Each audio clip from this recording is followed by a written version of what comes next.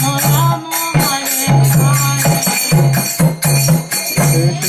Hare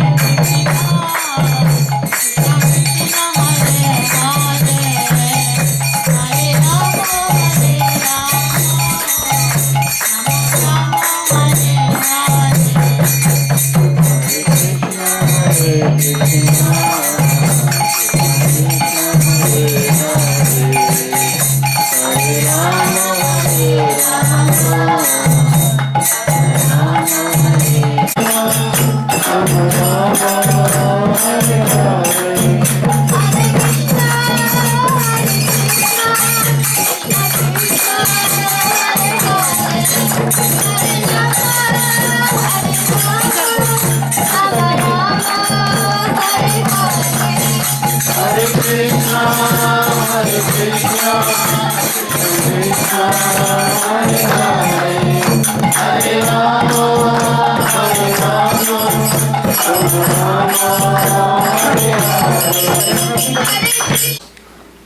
Very famous verse. Sometimes it's nice just to kind of think, okay, Krishna, what should we read? And you open to a place, and many times it has a message that seems appropriate. So I just happen to open to what Prabhupada describes in the purport to be the essence of the Bhagavad Gita. Anyone know which verse Prabhupada says is the essence of the Bhagavad Gita? No. Although we probably said something similar to that. Yeah. Yes, bro. Sounds like leave all the religions and surrender to me. Okay, that's he was saying. Same. Yeah. Yeah, you're very close. You're both wrong, but you're very close. In some ways, it's describing. Prabhupada gives this, particularly says this is the essence. Now, elsewhere he says in the 12th chapter, he also says that there's 4 key verses, but this is actually from the 11th chapter of Bhagavad Gita. Okay.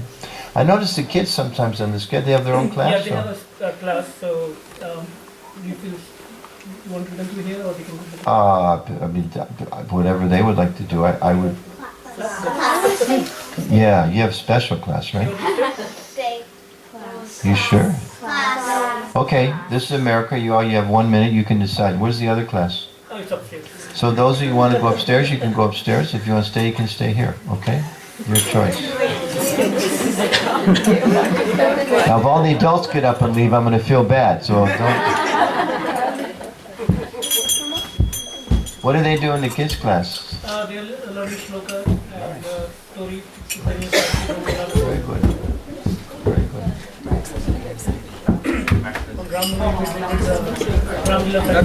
You did some special? Okay, great. Okay. Yeah, maybe you want to come in closer? Come on. If I know the little kids to pick on, I get some. Oh, jeez. So we'll read a little bit from the 11th chapter, 1 verse and part of the purport, and I jotted down a few thoughts, and maybe we'll open for some discussion. And maybe Rukminievi might also help by coming up and answering some questions. We'll take some turns or something like that, because she's also actually quite a good speaker, and she's actually been a devotee longer than me. So I'll give the introductory class, and she'll do the graduate work after, okay? So this is from the 55th verse of the 11th chapter Bhagavad Gita. Mat karma krin mat paramo mad bhakta sangavarjitaha nirvarar sarvabhuteshu ya sa mam eti pandava. My dear Arjuna, he who engages in my pure devotional service, free from the contaminations of fruitive activities and mental speculation, he who works for me, who makes me the supreme goal of his life, and who is friendly to every living being, he certainly comes to me. So we know as Vaishnavas, our goal is to try to go back to Krishna. We like to realize him here in the world and in our heart. But also we want to return to him. So he's giving one of the many places in the Gita where he says how we do that. Okay, so why don't let's listen closely. I'll say, you can say. And actually, let's do the word for word because it's significant in this verse. So you repeat after me. Mat karma krit. Engaged in doing my work. Mat parama. Considering me the supreme. Mat bhakta. What's that?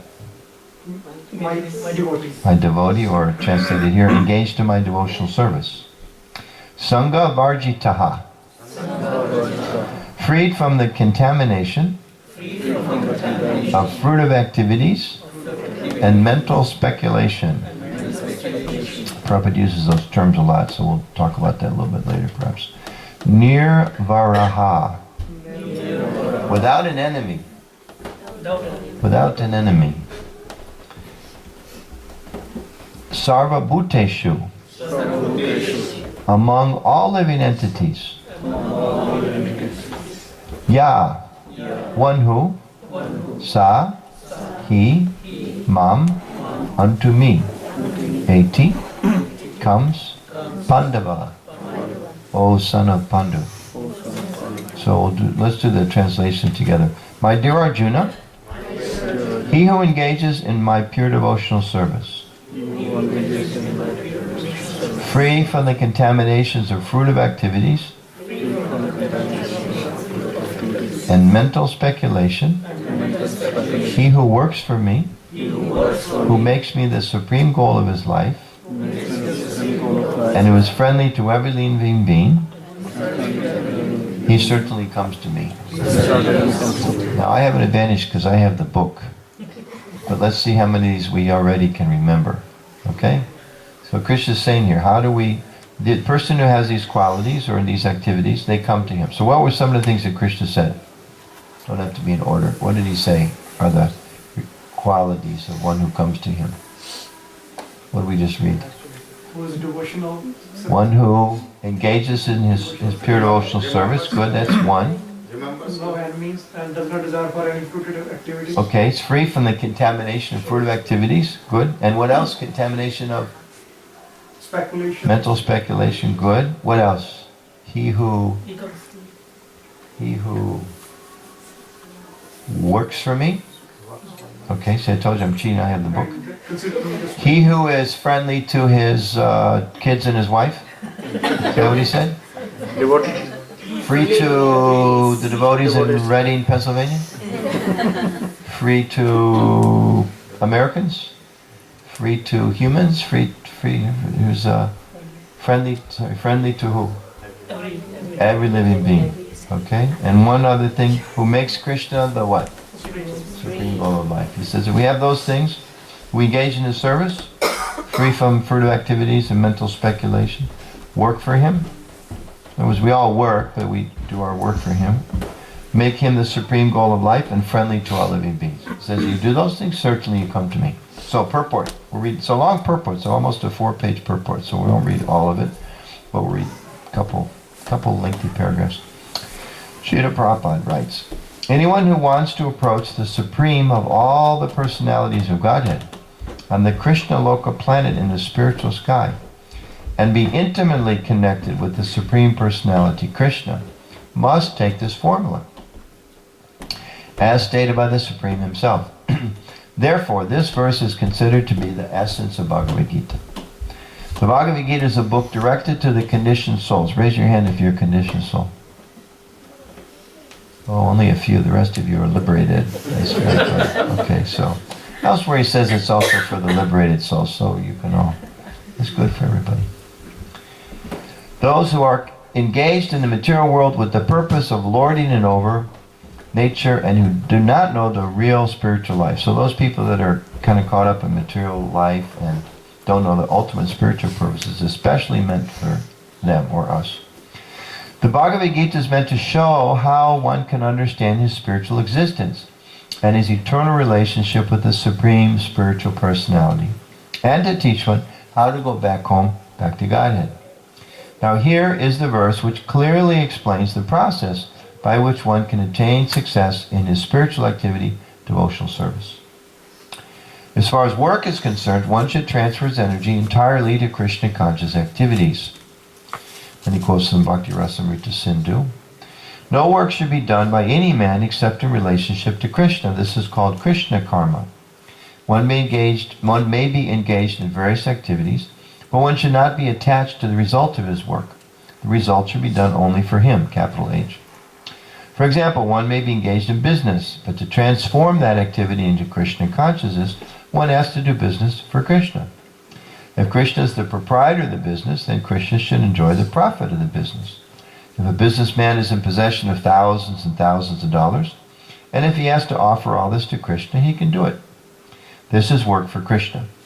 Instead of constructing a big building for his own gratification, he can construct a nice temple for Krishna. And he can install the deity of Krishna and arrange for the deity's service as outlined in the authorized books of devotional service. This is all Krishna karma. One should not be attached to the result of his work, but the result should be offered to Krishna, and one should accept as prasadam the remnants of offerings to Krishna. That is called Krishna consciousness. And then again, it's a long purport, so I'll jump ahead a little bit. He talks a little about one can also engage himself in cleansing the temple of Krishna. That is also Krishna karma.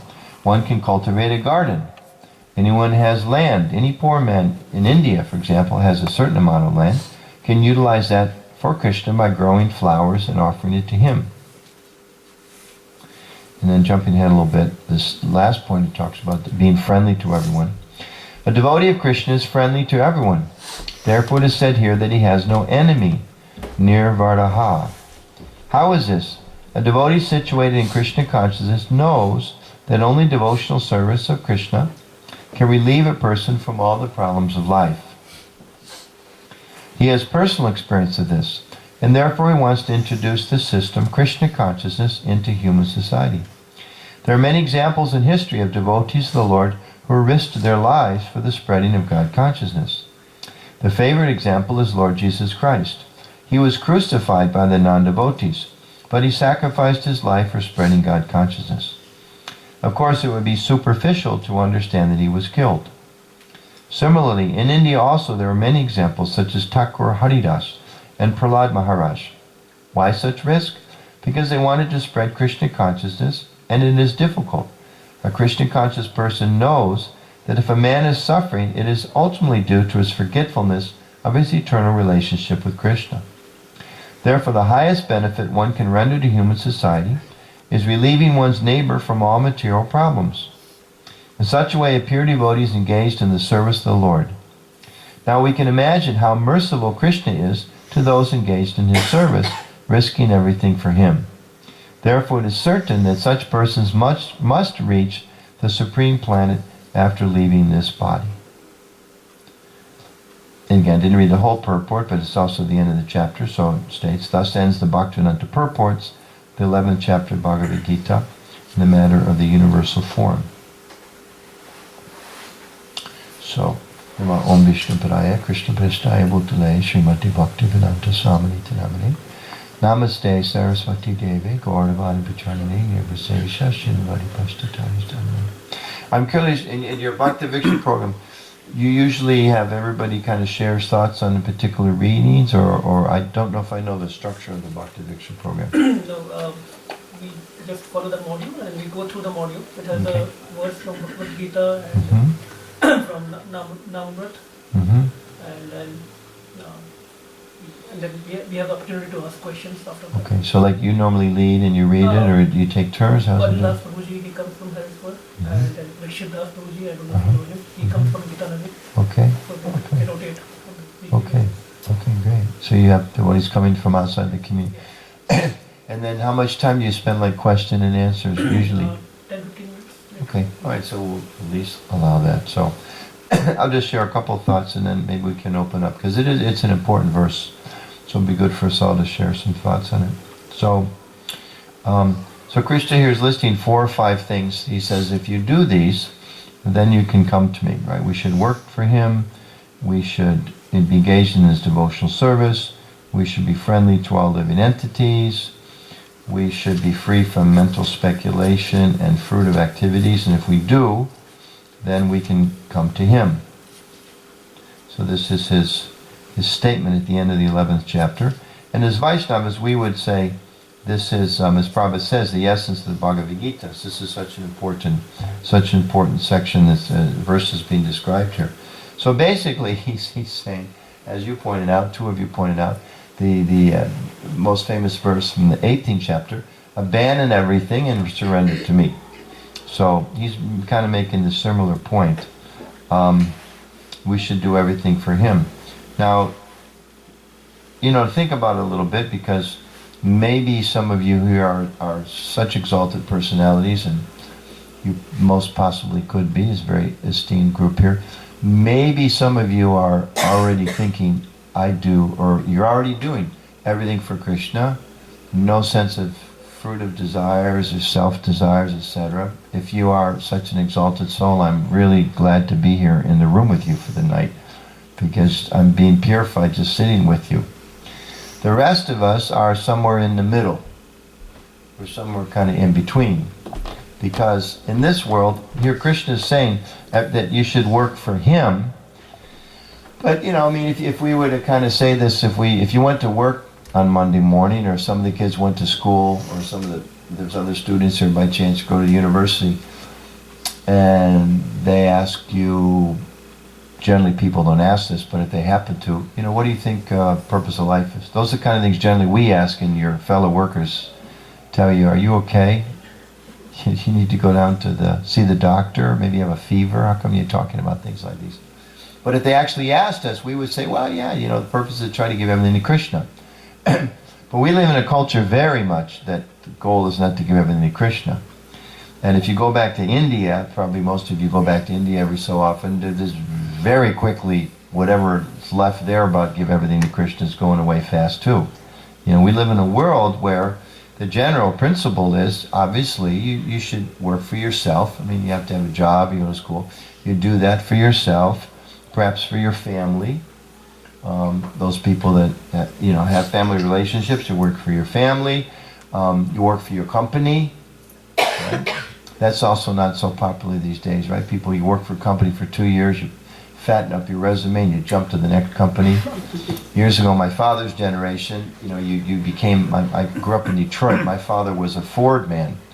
You got out of college, you get a job with Ford, you retired with Ford. Those days are long gone. You don't think of working for the company. But in those days, you worked for the company. You gave your life for the company. Or people talk about in terms of giving your life to the nation, to the country. I remember, I lived in America all my life. I traveled some, but I remember I was born in the 1950s, mid-1950s, and right after 9/11, I heard this book and reading German history and Russian history and French history, but I never heard it here before until 9/11. They talked about the attack against the motherland. I thought, wow, that's strange, because I've never heard that word before, but within a week it was everywhere.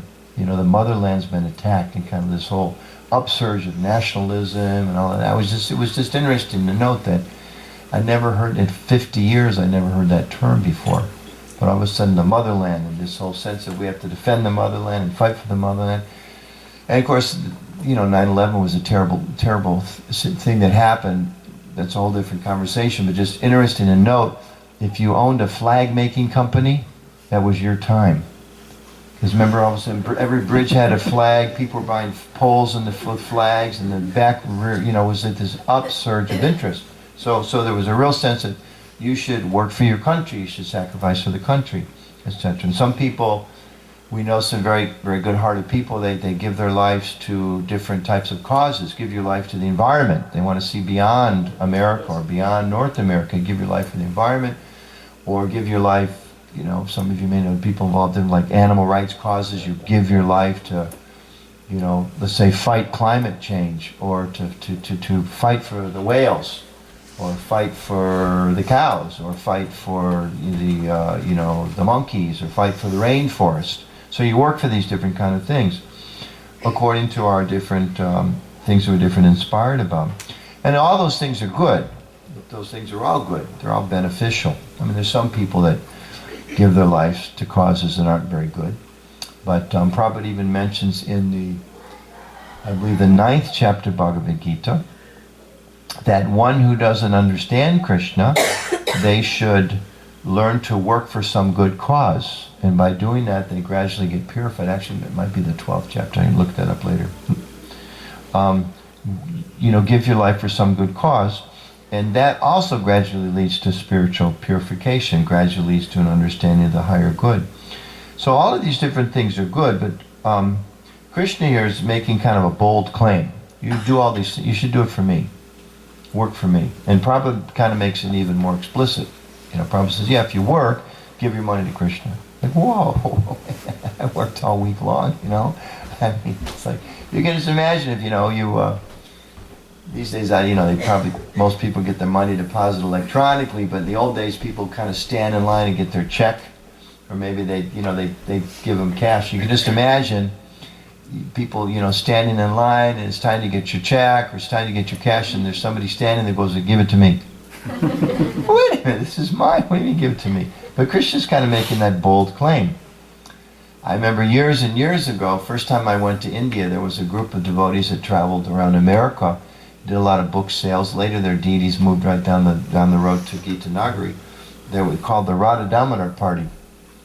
And it was a brahmachari party, some sannyasis, and very renowned, sold a lot of books. They went to India, and I remember one year, the first year, they took a lot of them to India. I had some friends there. I wasn't in that group of devotees. I was part of the temple in Denver. And when we went to India those days, it was a little austere. I mean, the facilities weren't so great. And there wasn't a lot of medical care. Nobody knew about things like grape seed extract. There was no bottled water, forget it. There probably wasn't a plastic bottle in the whole of India in those days. We'll just speak of buying one on the street or whatever. So it was a little different. And devotees, a lot of times they got sick, a little uncomfortable. But remember, they gave every Radha Damodar brahmachari, they gave them 10 rupees to spend while they were in India.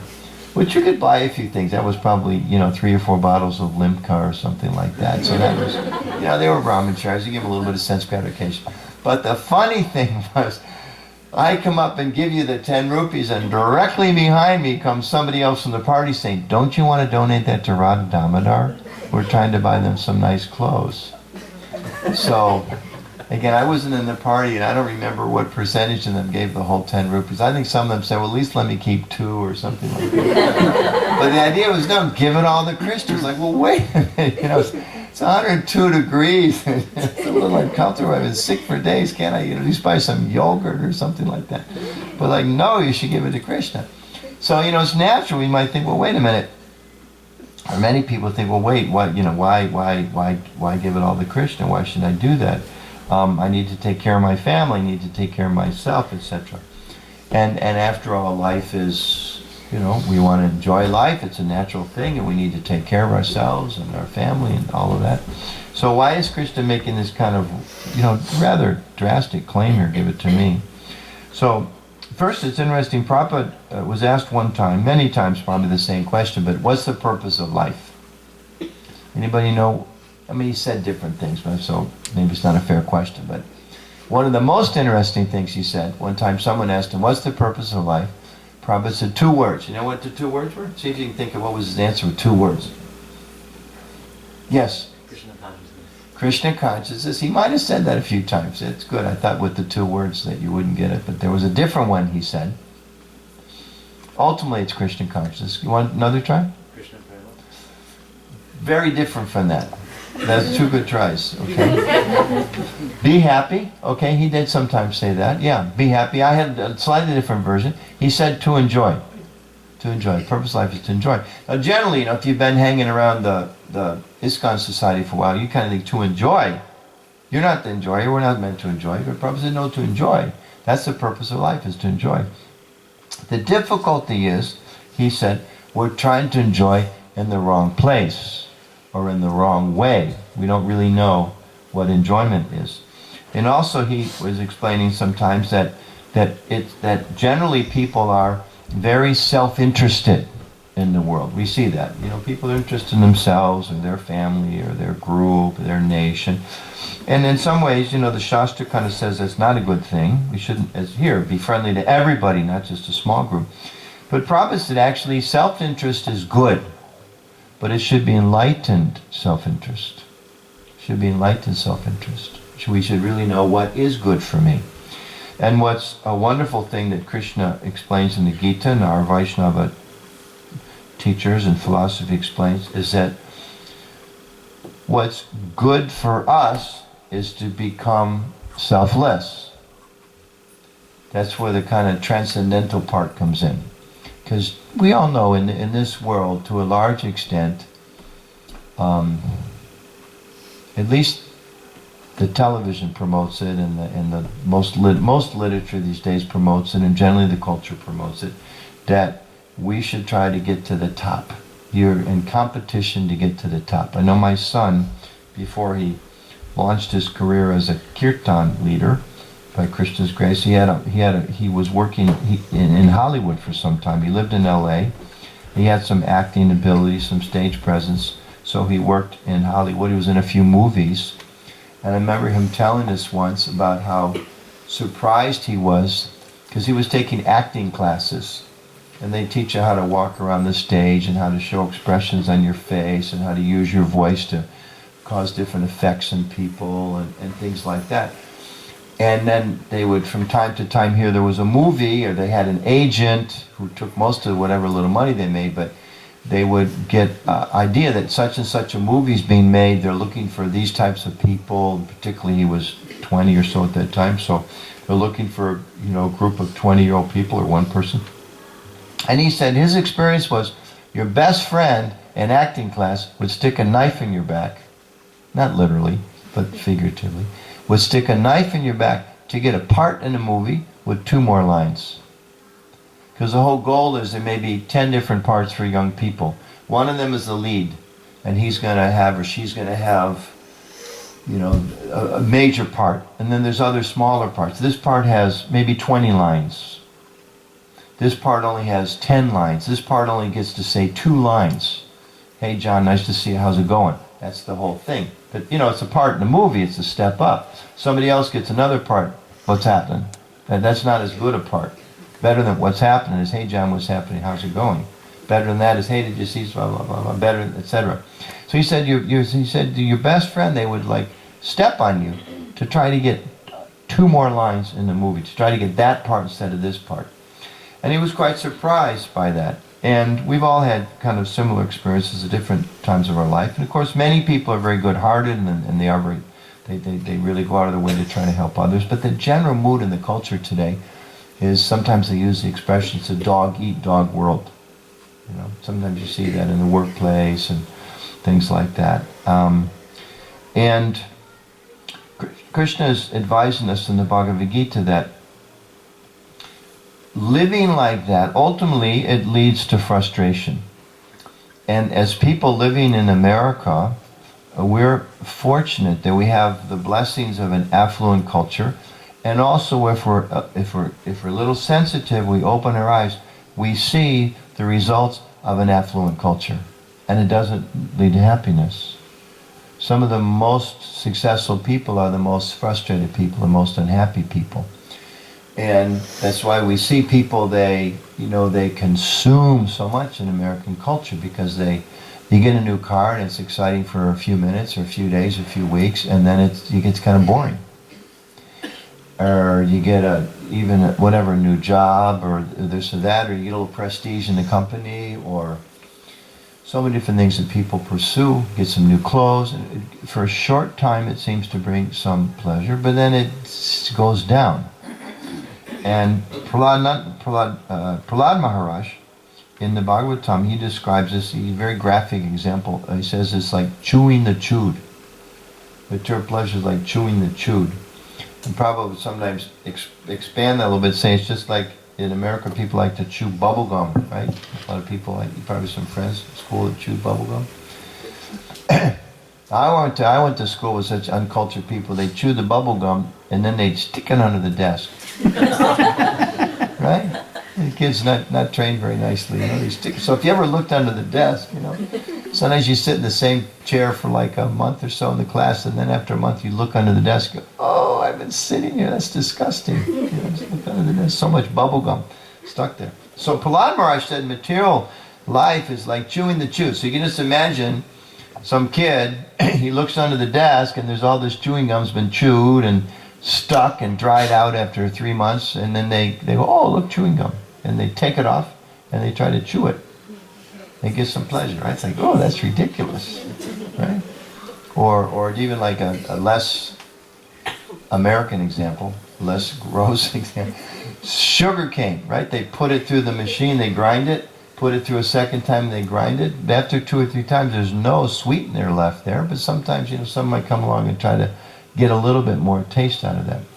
So that's the example that's given by the Acharyas and by the Shastra, that this material life, there's some gratification and there's some pleasure in life, but because we're spiritual beings, it's just not enough.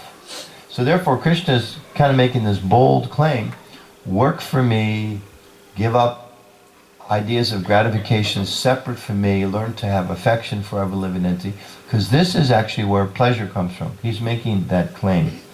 And again, it's quite a bold claim. But that, therefore, Prabhupada, one of the reasons Prabhupada would make this point, that Krishna consciousness is not just a faith, it's a science. So it's something practical, that if you taste it, you test it, and see if it works. So therefore he would say, well, okay, if we chant Hare Krishna, see if our mind becomes more peaceful. If it doesn't, okay, go do something else. And we've all had the experience, people will say things like, you see the advertisements, and we live in a culture that's just infatuated with promotion, isn't it? It's just everywhere you go, they want you to, do things, go here, go there. So sometimes, we try those different things, and we're just everyday life, we have to provide so many things for ourselves, and our mind gets very excited. Oh, this is going to be great. But then when you get it, the mind goes, it's not so good. I need something else, isn't it? And I mean, if you just think about it, if we, if you think in terms like a family vacation, oftentimes there's a big discussion. We're going to go to the beach, we're going to go to the mountains, right? And somebody will get really enthusiastic. No, the beach, the beach, the beach, the beach, the beach. And somebody else like, no, the mountains, the mountains, the mountains, the mountains, the mountains. Like we're going to go visit grandma, we're going to go visit auntie. No, auntie, no, grandma, she's a better cook. Grandma. And then you get all excited to go to grandma's house because she makes really good eggplant sabji. And then you show up and she tells you that there was no eggplant. There's no eggplant in the grocery store this week. And you're like, oh, we should have gone to auntie's house. You see? Or you go to the beach because you think, oh, the beach is going to be great, it's going to be so wonderful, it's going to be sunny, and then you get there and then it's cloudy for 3 days. Or you go and then it's wonderful and it's sunny and it's fantastic and the kids are on the beach and you run around and you go swimming this and that, and then at 6 o'clock you go in and you look in the mirror and you go, oh, I look at the color of this wall, right? You get a little sunburn or something like that, and then it starts at 7 o'clock, the little pain comes in, at 8 o'clock it really comes in, 9 o'clock you think, how am I going to sleep, etc. It's the nature of the way that things happen in this world.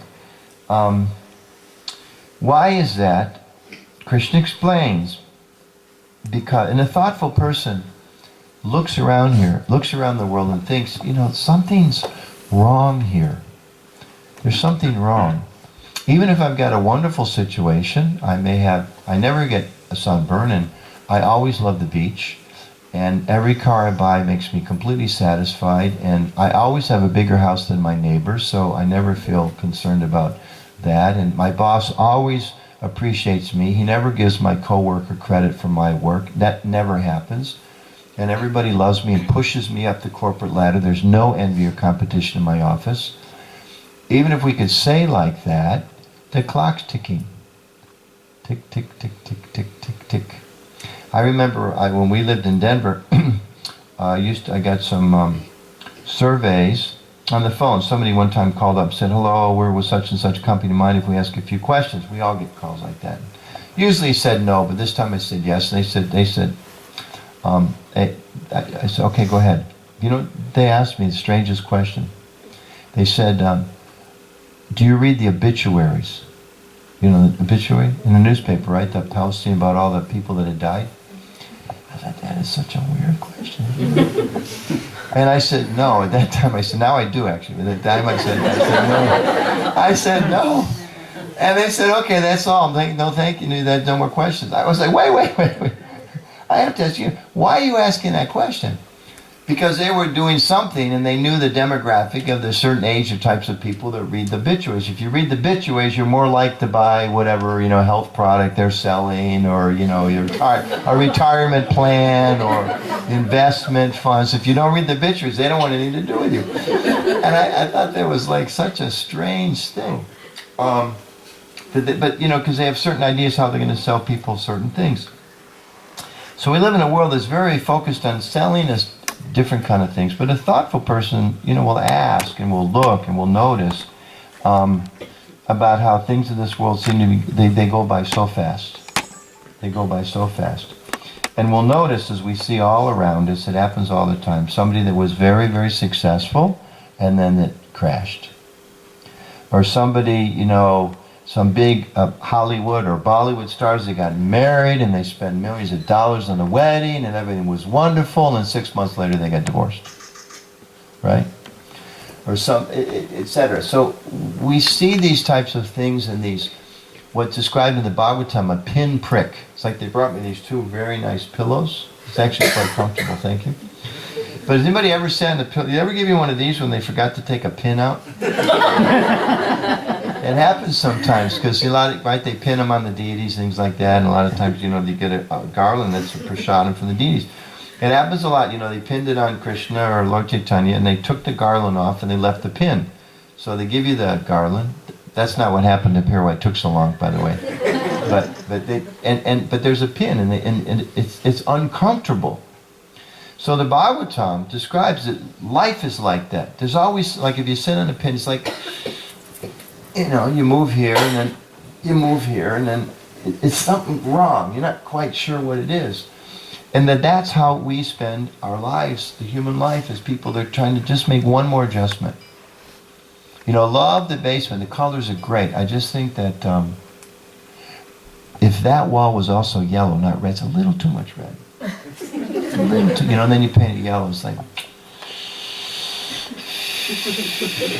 let's try this one red. Maybe that'll, maybe, isn't it? Maybe that'll work.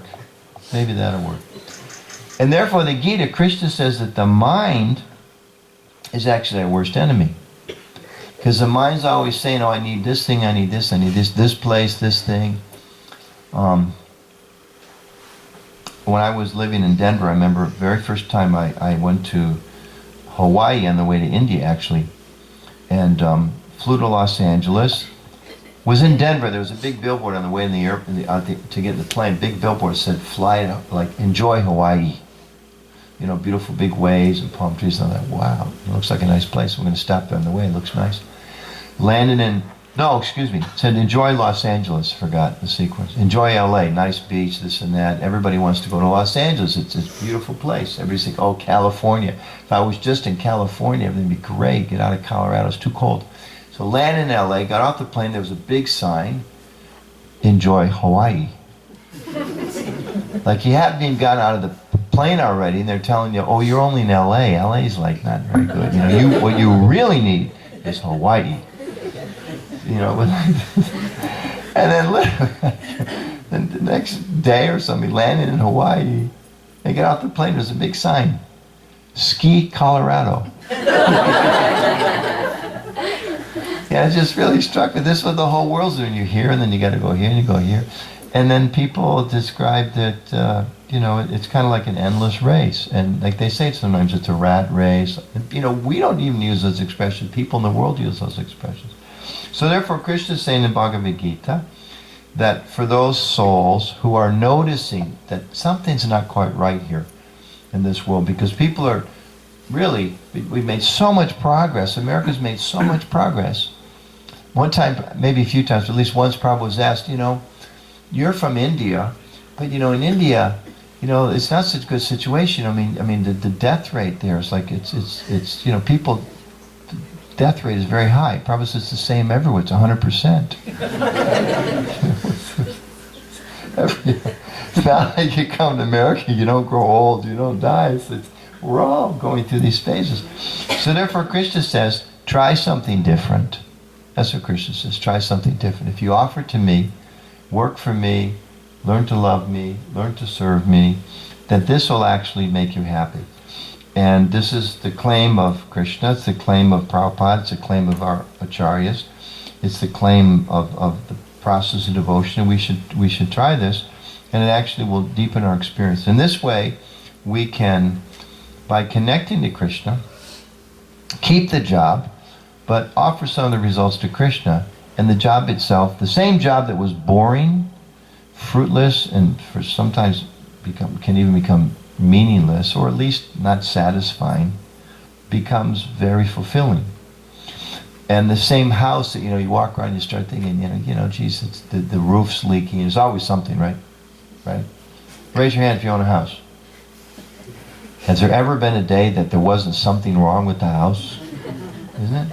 Ever? Right in the back of your mind, you're always thinking, there's the garage has got to be cleaned, or the roof's got to be fixed, or the gutter's got to be emptied, or the lawn's got to be mowed, or etc., right? There's always something, right?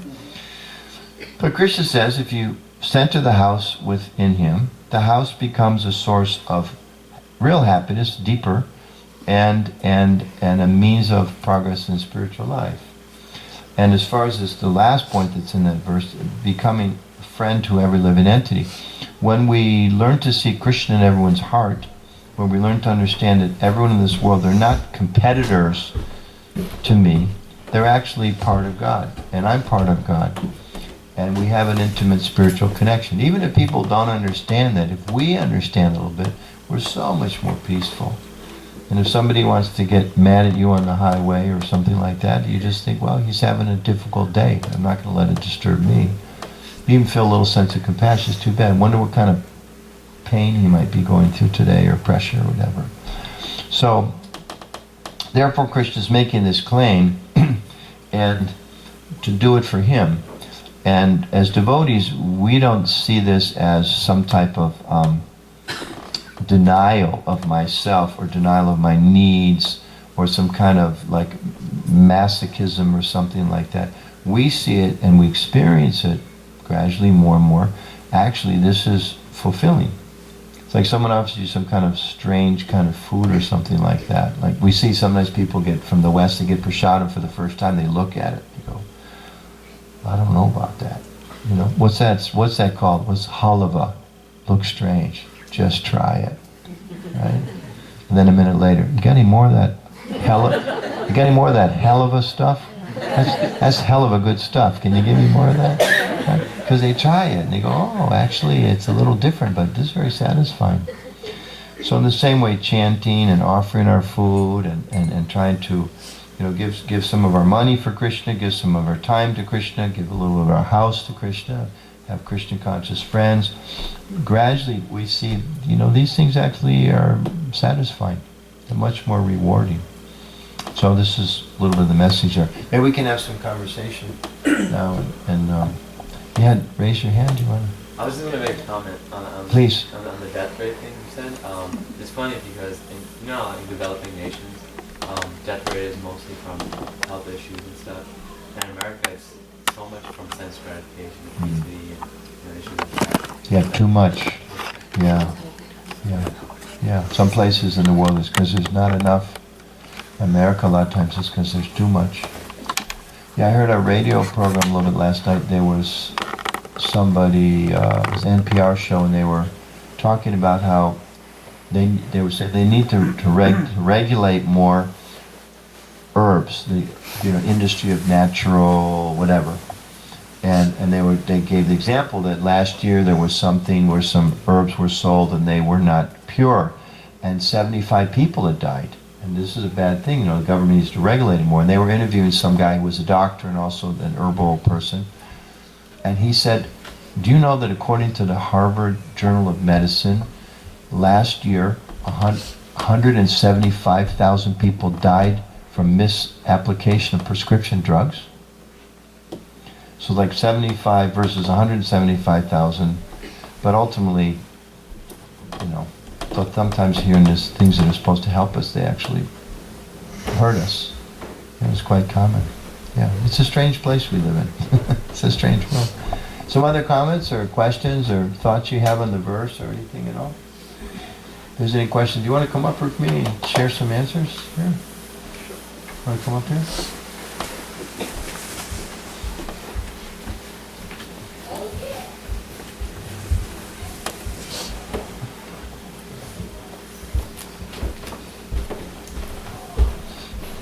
You can ask anything at all except a business question or something like that. Anybody here taking the ISKCON Disciple course? Oh, okay, we'll talk about that another time. Those of you that don't know came late. This is my wife Rukmini. My name is Anuttama. Corvani's good. He's in Florida today, this weekend? He was in Alabama. Wonderful. So good to see you. Good to see you. I didn't see you come in. They're having another Rutgers program, I think, April. 50, yeah. Are you going? Yeah. Have any of you ever been to that program at Rutgers University? I don't think anyone will be. Can you go if you're out of university, or you cut people off at the door? Yeah, you can swap in. How far is that from here? It's quite a ways. Huh? Oh, that's not very far. What kind of program is it? It's just the Mayapuris and Gaurvani, they do kirtan, and she would probably describe it better. Oh, it's really wonderful. Is that the annual event in Rutgers every year? Every semester. It's called Sacred Sounds. Yeah, so the students, they have a Bhakti club. Is it called Bhakti Club? Yeah, so the students have a Bhakti club, and they immediately get, as soon as someone comes into the university and joins the Bhakti Club, immediately they start working on the Sacred Sounds project. So they immediately start doing seva. And I know the university, at least what I remember is the university, like if you're looking to go to school at Rutgers, they have on their university website, Rutgers is such a cool place, you want to come to go to school here, and they have all the footage of the Sacred Sounds, right? At least So what is it though? it's this wonderful kirtan event, and they do kirtan and they speak a little bit. Sometimes Radhanath Swami goes also, I think maybe once in a year he goes. They speak, and then all the students dance like maniacs, right? It's fantastic. I mean, how many, like 600 students just come and... Yeah, the max we had was like 820 or something. 820. Yeah, it's amazing.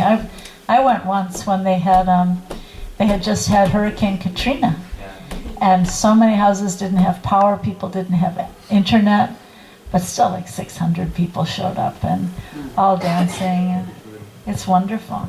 Yeah, kirtan is so infectious. It really catches the heart.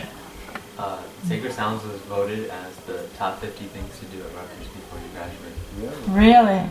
For all students. It was 50,000 students at Rutgers. So. Wow. And they have you heard of the term guerrilla marketing? Guerrilla, not like the big monkey, but Guerrilla. Yeah, so they use this technique of guerrilla marketing for, I think you are one of the main people, right? I was. Yeah. Because didn't I help you once? Yeah. I think I was helping. So they do things like this is the communications or public relations part of the project. So they were doing things like, well, there were these wonderful posters with this drummer Vishwambar, who has dreadlocks. He used to. Now he's married. Now he's married and he has a baby, so he doesn't have dreadlocks anymore. But anyway, at that time he did. So there are pictures of Vishwambar with his dreadlocks jumping with the drum. And you guys made, how many posters did you make? A lot. Like maybe a jillion posters. So many posters. 2,000 at least. 2,000. So they put posters up at eye level at every. So Rutgers University has how many campuses? 5. 5 campuses. There's And 3 locations: New York, New Brunswick. and so how many bus stops do they have? I don't know, 50. 50, yeah. So they have these buses that go between the different campuses continuously. So they put these posters up at eye level 1, 2, 3, 4, 5 at every bus stop of this same poster of this one devotee Vishwambar jumping with his mridanga, and then they wrote in chalk on all the sidewalks. And then they got some of the classrooms also. They wrote on the blackboards. What did they write? Come to Sacred Sounds. Come to Sacred Sounds, and I think one of the things they wrote was 5 drums, 2 drums, 3 drums. 3 drums, 2 bands. 2 bands, One Swami. 1 Swami, 0 reasons, 0 reasons, yeah, 0 reasons not to come, and all these, and they just made it so edgy and great and so attractive. And I remember one year it was near Diwali, so they were trying to figure out how to, because they couldn't get permission to do lights. So they got these, what are these things called? Yeah, those glow sticks. So they got glow sticks, and they passed them out to all the students, all 600 students or whatever it was, turned off the lights, and then told everyone to break the sticks. And then everyone was just waving the sticks around in the air. It was the best Diwali. Yeah, it was fun. Yeah, so... Didn't Vish sing Down the Rushton that time too? Yeah. Yeah, it's wonderful. So I think when someone has a little taste for the sweetness of Krishna consciousness, and it can spread like a contagious disease. And so nice, just like these sweet deities. So I was thinking when you were saying, give all your money to Krishna, it just sounds like, but you can just invite Krishna into your own house and, dress him up so nicely and feed him so nicely and try to make it really fun. Krishna consciousness can be really fun for people, for kids and for college students. And that sacred sounds is so nice. I remember once Gauravani was giving the example of, what was he saying, that sometimes you go to someone's village and they say, and you're really, really thirsty, you've been walking in the desert. Yeah, right? You want to tell it? I don't remember this whole thing. Well, you're saying that sometimes you're walking in the desert and you just feel so thirsty, and all you can think is, I need water, I need water, I need water. And then finally you get to a village and they say, did you hear? Our village has the best water. And so they give you water and it's so nice. And then you walk on to the next village and you're thirsty and they say, our village has the best water. And so he kind of went on, and then he said, so, there's so many names of God from different cultures of the world. Maybe I'm not remembering exactly, but I think basically this is what he said. There's so many names of God from all over the world, and they all have spiritual potency. But this name of Krishna, this is chanted in Vrindavan. And so this is the name from our home, which is Vrindavan. And Krishna's name is so sweet, and he got all the students to chant really nicely. Yeah. So, the process of bhakti is not so dry. We can use our tongue, we can use our dancing, we can use our education, all of the, you're all brilliant people, and you can, Prabhupada used to use the term tax your brain, how to engage people in Krishna consciousness, how to make it very sweet. And this Rutgers group, it's amazing. It goes from a group of students will graduate. You've graduated now? I transferred. I'm graduating. And what field are you in? Computer engineering. Computer engineering. So, yeah. So, and then, I know Anuj now, he's working for Capital One Bank of America. So now he's trying to figure out how to get a Sacred Sounds at Bank of America in Manhattan. And so it's really, really nice. Even these two boys, they are teaching in Vrindavan to all the kids here every week. It's wonderful. So sweet. I was remembering when you were speaking that this one story, Srila Prabhupada was in New Vrindavan once, the farm community, and while he was speaking, there were these 2 little baby kittens that were just playing and kind of wrestling right in front of him, kind of wrestling with each other and tossing themselves around. And Prabhupada was watching these 2 little kittens, and he said, you see, there is happiness in the material world. Sometimes he would say the opposite of everything else he said, right? He said, see, there is happiness in the material world. But then he said, but it's not enough to satisfy us. It's like that little taste of water in the desert. We have an unlimited thirst for happiness because our very nature is Satchit and Ananda. So living in this world, we're actually separated from our real nature. We're meant for a much higher life.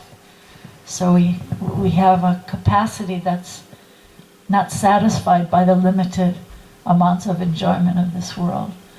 So that's why the students have to come to Rutgers, because then they can just jump and dance, and Bhakti is so unlimited, so sweet. And we can just add little bits to our life and see what happens, Do any of you have thoughts or questions about kittens or enjoyment? Yeah. Any questions at all? There's a nice example that's given. Oh, sorry. Not just a request, any personal experience with Srila Prabhupada you would like to share? Let's see. Personal experience. Which one? Rukminievi came to Bodhi in 1968.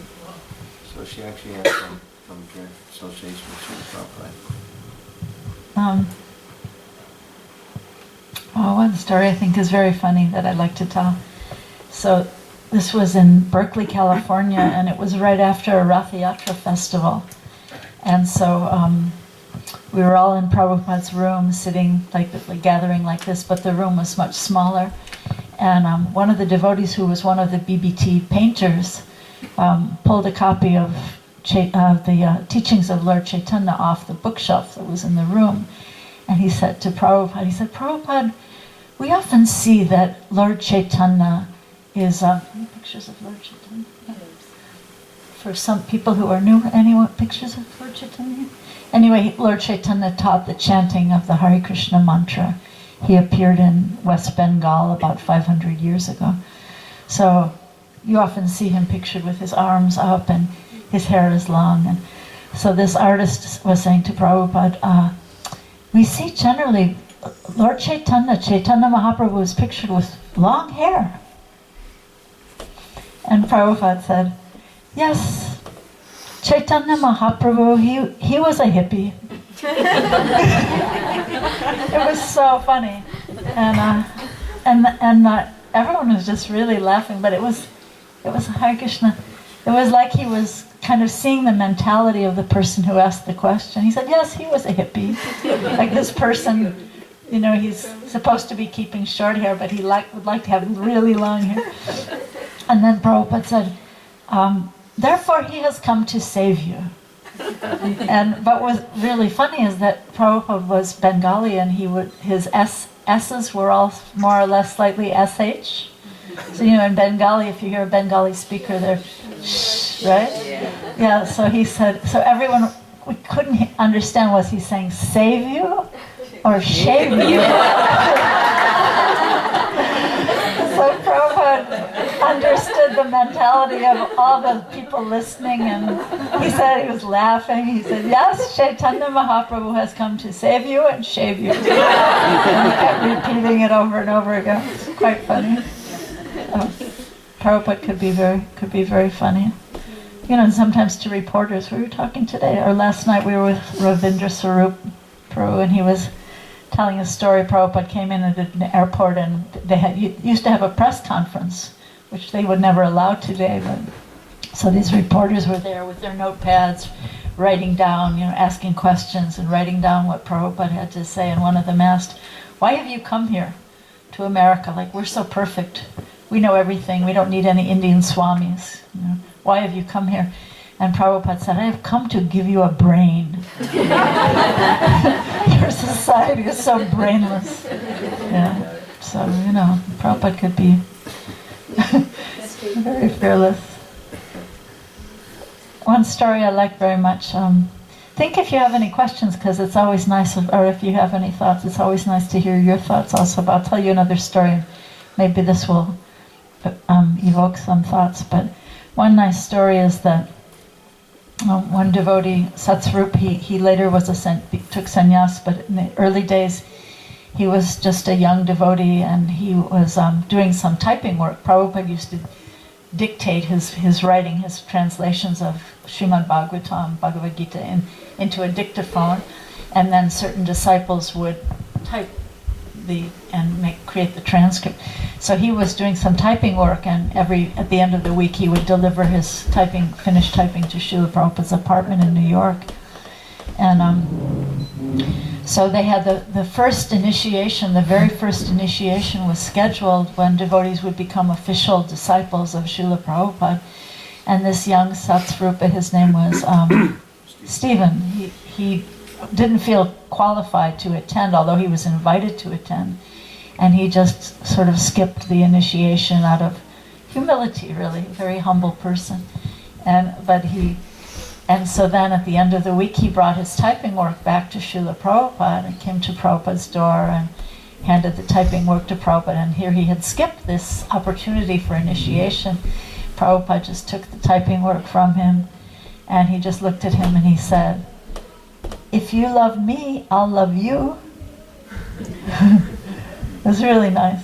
So Bhakti is a reciprocation. It's a call and a response. When we chant in Kirtan, we call, and then there's a response and a call and a response. So the process of Krishna consciousness, or the process of Bhakti, is actually, it's a reciprocation of love between the Supreme Beloved Krishna. He's giving, we receive, and then we try to give back.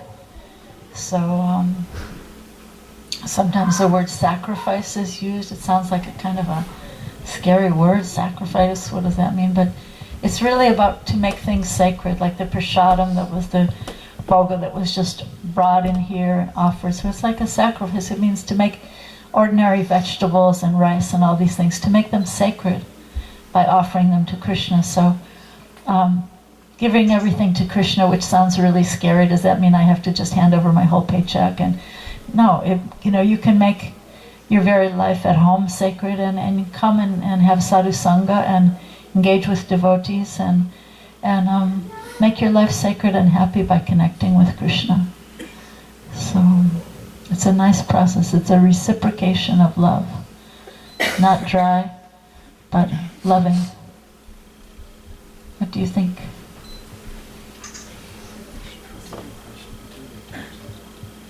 Yeah.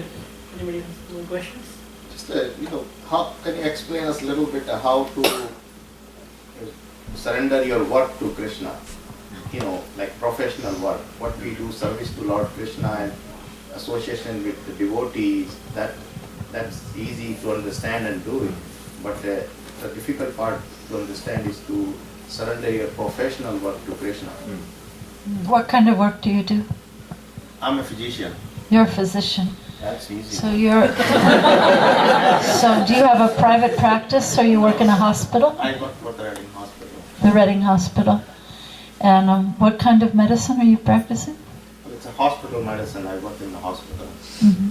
Mm-hmm. So you're doing compassionate work, right? Yes. Do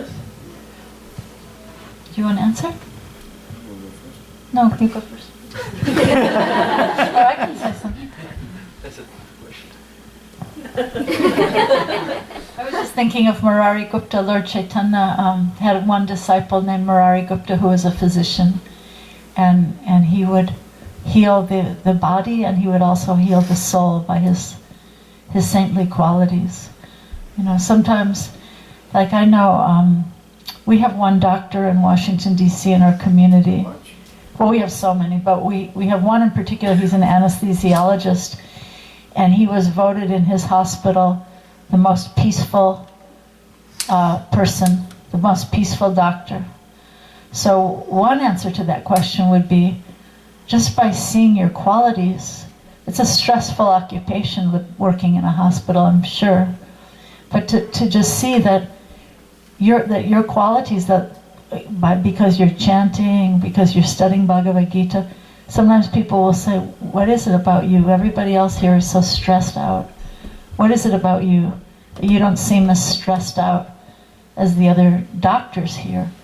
And sometimes you have an opportunity to share like that. Well, I try to do my work as an offering to God, or who we understand to be Krishna. You can tell them about the process of chanting. There's so many opportunities like that. Sometimes you see someone suffering and you can share books, or you can share the holy name sometimes with staff. If you have a desk, sometimes you can keep a jar of prasadam cookies on your desk, that everybody knows that you have these cookies that are yummy. Maybe some of you work in offices, but there's so many different things you can do. And then even just remembering and chanting the holy name is so totally portable, right? You can be standing in line at the drugstore, driving your car, and you can be connected to Krishna through his holy name at every moment. We can all try to remember that. And then we can avoid a consciousness of scarcity by living in a consciousness of gratitude. There's a popular book, a well-known book called The Soul of Money, by an author named Lynn Twist. And she says something very interesting in that book, that we generally wake up in the morning and our first thought is, I didn't get enough sleep, or, I'm not making enough money, my kids don't respect me enough, there's not enough wilderness, I don't get enough exercise. It's just from the first time we lift our head from the pillow, it's not enough, and it creates like a cycle of scarcity. So the reverse of that would be a consciousness of gratitude, and the process of bhakti or Krishna consciousness teaches us that kind of gratitude, that from the first moment we wake up, we can offer respects to Krishna, to our Guru, and there's some beautiful prayers. You can say whichever your favorite prayer is. You can say some beautiful prayer to glorify Krishna. Just by your glancing over this world, you make everything come alive. Some prayer we can find, and then there's a nice prayer that says that, wow, I've been asleep all night long, which is like a mini death, right? For so many hours I haven't been even conscious, but now you woke me up again. This of gratitude. And sometimes it's said that love is not possible without gratitude. I think it's a very important point for us to consider, that we think a lot about love and Krishna prema and these very high concepts, but to think, yes, Krishna, I'm grateful to you for giving me one more breath today, or for these wonderful children, or the house that I have, or the work I have, meaningful work, whatever. So that consciousness of gratitude, and I think that's very contagious in your work also. It's said that people who are grateful are happier people. So when we're living in the consciousness of this dynamic bhakti, then people can see there's something different about this guy. And sometimes they'll ask, and you can say, well, I read Bhagavad Gita. Would you like a copy? But you want to have some.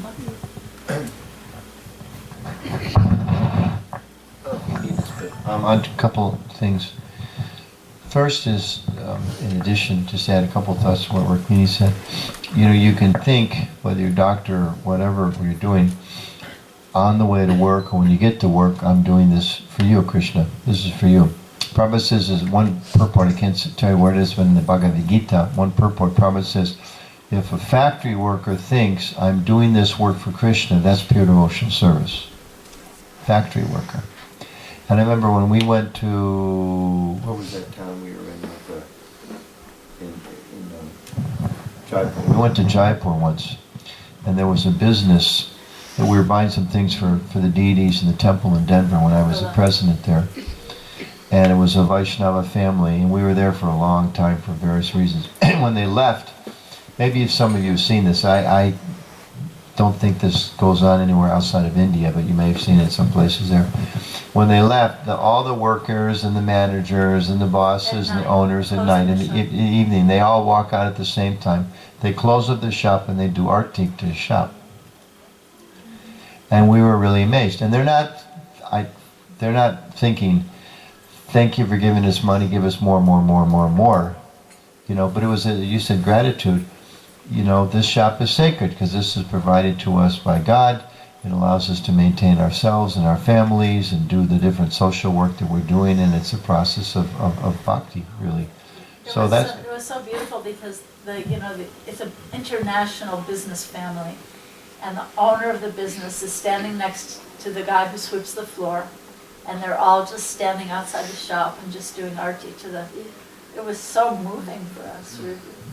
So that's one, just, to have that meditation, whether, you're a chemist or a doctor or a taxi driver or a professor or an IT specialist. I'm doing this for you. This in itself, I'm doing it for you. I mean, that's what Arjuna was in a war. And Krishna, the example is there, such a drastic one to help us understand. If you can fight for God, certainly we can perform medicine, do other things. So that's one thing, just to think that it's for Krishna. And also, as Rukminievi was answering, I was thinking, if you have your own practice in an office, you can keep all, put Bhakti guided magazines there and et cetera, et cetera, et cetera. But I was just thinking, if you're walking down the halls, there's probably one or two doctors that whistle. There's probably one or two that hum. And I bet there's a couple that sing. And if somebody can walk down the hall singing, I don't know what they would, whatever, I don't know any musicians, whatever. These, I could name some from my generation, but you wouldn't know what they are. Somebody can walk down the hall singing, whatever, Frank Sinatra or whatever, Bono, right? And they're not going to tell me, you can't sing that song here, right? So you can walk down the hall, Hare Krishna, Krishna Krishna.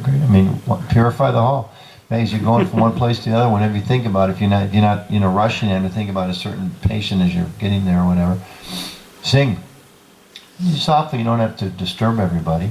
But, fill the hospital with the sounds of the mantra. People start saying, will you cut that out? Okay, stop it. In a soft way. And like Rukmini said, in your desk. And another thing I was just kind of thinking, is there a chapel in the hospital? Yes.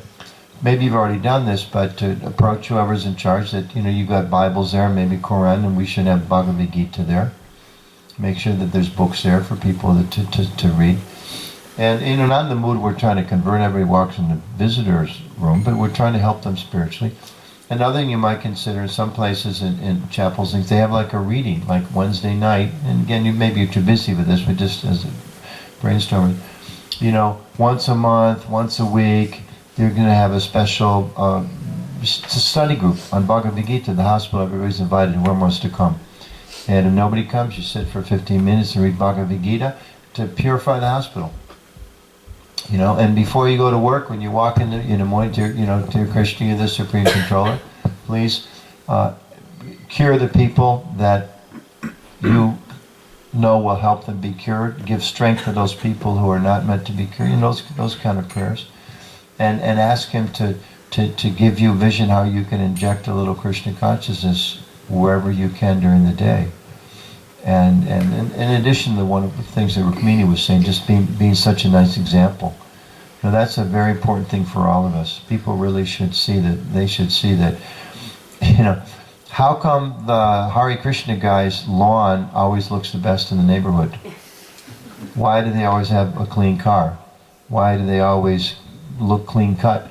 Why are they always so polite? Why don't they ever get angry? Why don't they ever lash out at their co-worker? Why do they always seem so peaceful? We don't do these things artificially, but people should notice those things as we become more spiritually conscious. And that in itself really makes a tremendous difference. I remember one time when I first became a devotee years ago, I was in Colorado, and I saw two devotees walking on the street, and to this day in my memory, they seemed 3 inches off the ground. They just stood out. That was attractive to me. What is it about you people that you seem to have a different view on life? And so even in those ways, we can really, and we can do that in all the things that we do. I was telling one little story. When she and I get married, Gauravani's actually my stepson. He's not my blood son or whatever. And when he was 8, so we got married when I was 8 years old, and we went bowling, because when you have kids, that's what you do. You go from a brahmachari to the bowling alley. It's a very natural transition. And I used to bowl when I was like a kid, like 12 years old. I hadn't been bowling forever. So I was puzzled, kind of like your question. I'm standing in the bowling alley with my 8-year-old son and my new wife, and thinking like, how do you bowl for Krishna? Like this, okay, I'm here with my son, obviously that's there, but when I walk up to throw the ball, I'm not really with him, so there's the ball and there's the pins, and what are you supposed to do? I thought, okay, I'm going to do this for you, Krishna. I'm going to knock those pins down for you. Anybody here bowl? It's becoming more popular. We really was out of right? So like when I remember when I was like up maybe through 16, the best game I ever was like 162, something like that, right? The total is 300. The pros get like 290, 300. So I thought, okay. So, and I hadn't done this for 15 years. So I went up and I'm going to do this for you, Krishna. Threw the ball. Strike. Okay, and watch my son, 8 years old, goes in the gutter. That's okay, don't worry about it, it's fine, Now it's my turn, what do I do? Okay, I'm going to do this for you, Krishna. Strike. And I bowled 216, which is 25% more than I'd ever done in my whole life, and I hadn't done it for 15 years. And I just, it was a funny little thing, but just think that even that, it wasn't for me, it wasn't to try to look good in front of Orvani or whatever. I'm going to do this for you, Krishna. And that ultimately is the message of bhakti. Because it doesn't really matter what we do. In the ultimate sense, we can be the most famous doctor in the world, or we can be the lowliest dishwasher, hopefully in some vegetarian restaurant. If the lowliest dishwasher is meditating on Krishna, they'll go back to Krishna. And if we're like the President of the United States, we're thinking, I'm the doer, I'm the enjoyer, I'm the controller, and whatever, I'm doing it, they're going to stay here again. So, according to our different karma, different kind of things, we may be in different so-called social statuses, but the whole teaching of the Vaishnavas and the Bhakti is, Krishna says, whatever you do, all that you eat, all that you offer, all that you give away, do as an offering unto me. So in that way, we're like the most egalitarian society in the world. It makes no difference. Rich, poor, beautiful, not so good looking, famous, unheard of, big house, little house, it doesn't matter. So whatever we're doing to try to develop that spirit of, I'm actually doing it for you. And then in your profession, it's so easy because you're caring for people, which is, compassion. It's the first quality of a Vaishnava is compassion. Okay? Probably we should try to be compassionate, because prasadam is supposed to be served now, right? So, you do articulate, okay? So we'll stop there. Okay, thank you all very much for your kind.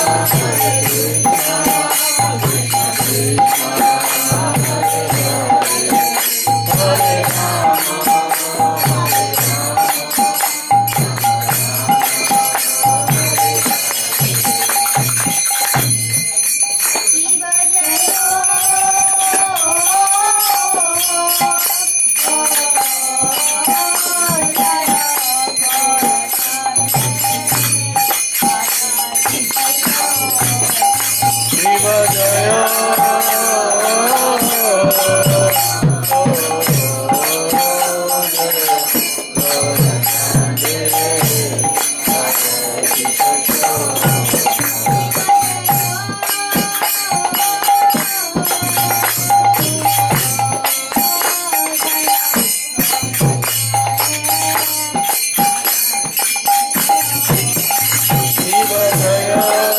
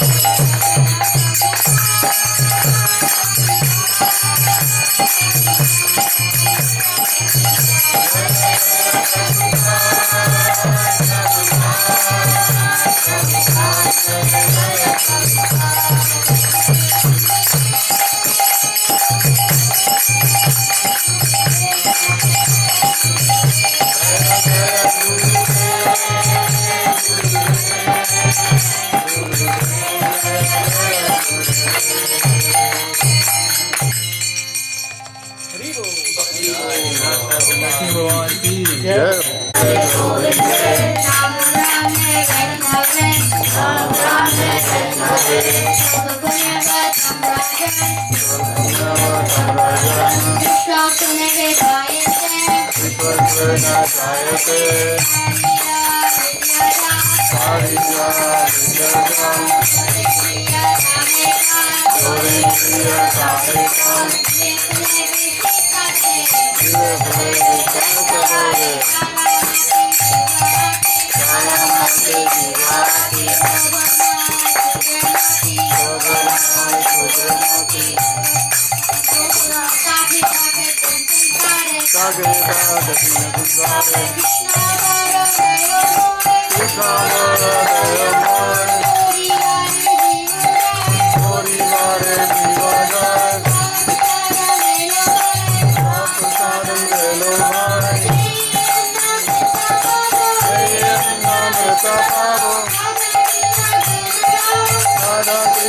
Guna Gaur